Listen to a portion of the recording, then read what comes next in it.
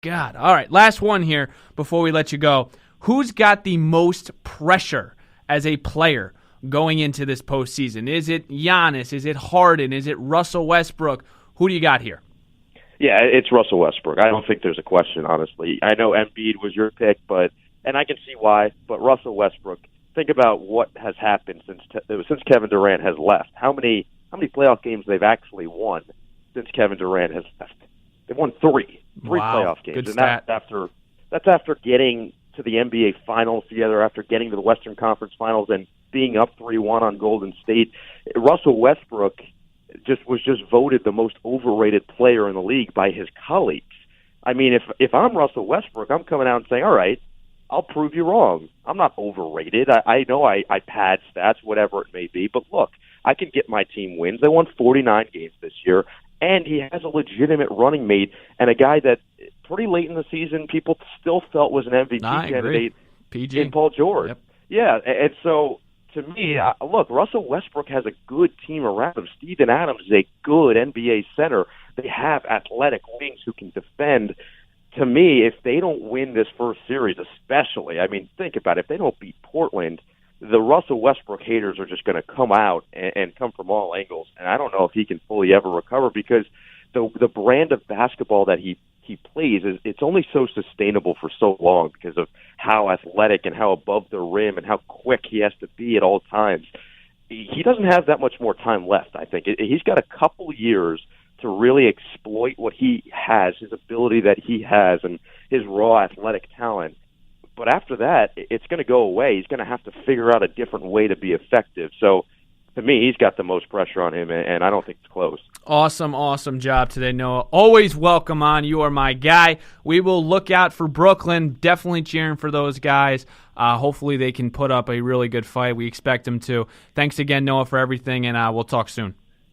Thanks for having me, as always, Steven. Talk to you soon. Yes, sir. Great stuff, as always, from Noah Eagle. Listen, guys, when I tell you the kid is going to be a star, I heard he already is one. I mean, if you go look up Noah Eagle on YouTube, you can listen to his highlights. Obviously, this kid is going to be special. You're going to be listening to him for many years to come in the NBA, football. I guarantee that he's going to be on CBS, ESPN, whatever he chooses. You will definitely hear him in the future. I'm glad to have him on my show, kind of get the first glimpse at him for my fans. So that's cool from your guys' standpoint. But let's get into Ryan Saunders really quickly. Timberwolves bringing him back. Look, when I saw this, I said, okay, let's process this. Let's look at some things. Let's not make it irrational. Let's not make an emotional decision here. Let's make a clear, mature sports host decision, okay? And I took everything into consideration, and I said, okay, you know what? Ryan Saunders wants to come back. Timberwolves want to bring him back. Fine. But commit to him. Commit to him. Sign him 2-3 years. Let him work with the guys. He didn't get a full team this year. Robert Covington, Rowe, he had some injuries, so I can't judge him off that. He didn't have a full squad, and that's something that is very important to a team, obviously. Covington was a big part of that team. Obviously when he went down, he was definitely missed. Rose, incredible season this year. You can't really say much more about him. He's really fought, and he's found a home in Minnesota. I don't know if he's going to stay, but it was definitely an amazing contract that they got him on. I think it was like a 1-year, $5 million deal, whatever it was this year. Got him dirt cheap. But this is, with the Timberwolves, it goes further than coaching to me. It's become the norm now to have terrible years, to try to, hope and get a good draft pick. And when you have a star in Karl Towns, and I don't even know what to say about Andrew Wiggins because he's not a star. When you have a player like Andrew Wiggins and you have a pretty good core that you're willing to work with, losing can't become the norm, and it still is. The biggest thing with teams nowadays is they're starting to hire from within, right? And Ryan Saunders, he obviously spent 10 years as an assistant in the in the NBA prior to being into his interim role this year. I think it was on January 6th. you're starting to see teams like the Raptors, right? They got rid of Dwayne Casey. They bring in Nick Nurse, who is in the system. This is something that the Timberwolves have to start to do to create stability in this franchise because there's none of it. None. A lot of times, and we saw it with Tom Thibodeau, you try to look for the Band-Aid solution. Okay, let's just bring in Tom Thibodeau. Let's try to just, repair it. Let's see what he can do, and it didn't work. You have a young enough core where you can sort of start all over. It's kind of, Towns is in his prime, but he's obviously got a lot of years ahead of him. Wiggins, and I've given up on Wiggins, but I'm just going to say his name, Covington. You've got guys where you're able to maybe start from scratch, coaching-wise. And maybe Ryan Saunders isn't the answer, but for right now, you need to commit to him from 3 years. Because let's look at just Karl Towns, right? Guys had Sam Mitchell, fired. 2 years of Tom Thibodeau, fired. And now he's on Ryan Saunders. That is 3 different coaches in 4 years. To me, coaching isn't the problem of the Timberwolves, just being straightforward. I still just think it's the players. I think that Andrew Wiggins, he not only did he disappoint, he has completely dogged this season.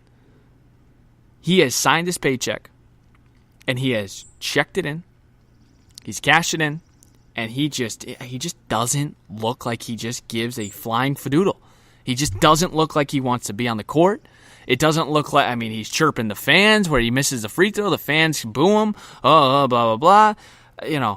Andrew Wiggins, he couldn't come at it. He couldn't leave town quick enough and no one would ever take him because of his contract. This, to me, isn't a coaching problem. This, to me, is a player problem. Andrew Wiggins has not developed as everyone expected. Towns, fine. Covington, fine. Tyus Jones, even, is coming along. Josh Okogie, great, right? He had a great rookie year for the expectations that we had. Andrew Wiggins is a huge problem in this franchise. And I just don't see this team moving anywhere forward with him on this team. People forget, man, Jimmy Butler, right? We hammered Jimmy Butler, and I know what he did was messed up to this team. I get that, okay? But what can you say, man? It really showed the significance of Jimmy Butler this year because, what? Were they a different team from last year this year? They had one guy, it was Jimmy Butler. And they went from a 4 seed. They were at a 4 seed last year until he went down. And they obviously ended up getting the 8 seed. But the significance of Jimmy Butler was on full display. And I thought when he got traded, it was going to be a huge test for Towns and Wiggins, right? How are they going to respond? Because if you miss the playoffs, what's the first thing people are going to say? Well, Jimmy Butler. He's the reason why they made the playoffs, and I know that Towns doesn't want to hear that. I think just Wiggins can care less. I think he's just like, whatever. I'm just playing basketball. I think Towns plays with a lot more attitude. But now you look. How important was Jimmy Butler? Okay. How important was he? Because it just shows from year to year that this team went from a playoff team to a pretender. I don't even know if pretender is the right word. But they were irrelevant. When they got back from the All-Star break, everyone was bucking them for the 8th seed. All Kings, Lakers, Wolves, we got a chance. Not very good. These teams aren't very good. Well, you went on, you lost like 8 in a row at home. 8 in a row on the road. Couldn't win a game, and you're out of it. So let's look at Ryan Saunders really quickly. And this kind of scares me. So, obviously, 17-24 record. Okay. Like I said, I'll give him the fair share of injuries. But this stat kind of scares me. Out of those 17 wins, only 5 of them were against above 500 teams. Man. That's tough. That's tough to swallow.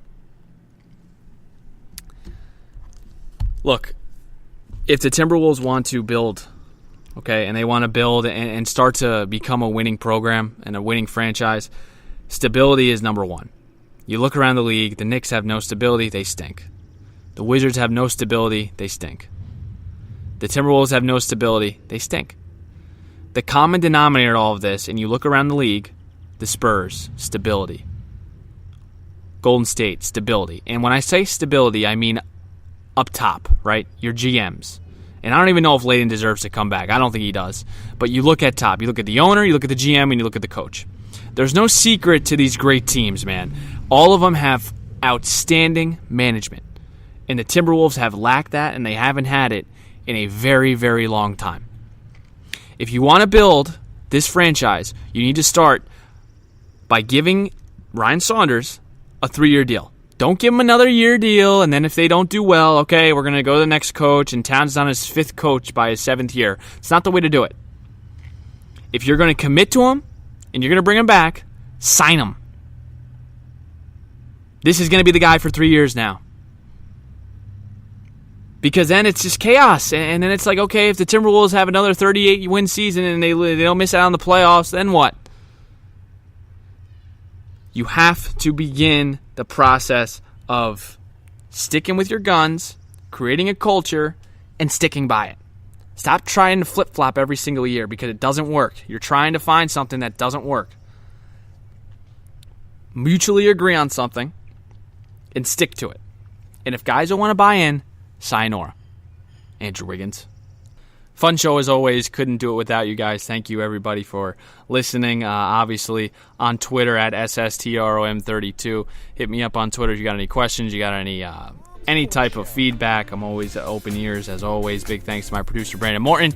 Noah Eagle for coming on today. Appreciate him as well. NBA playoff preview. You guys enjoy the Masters today, and I will talk to you guys next Sunday.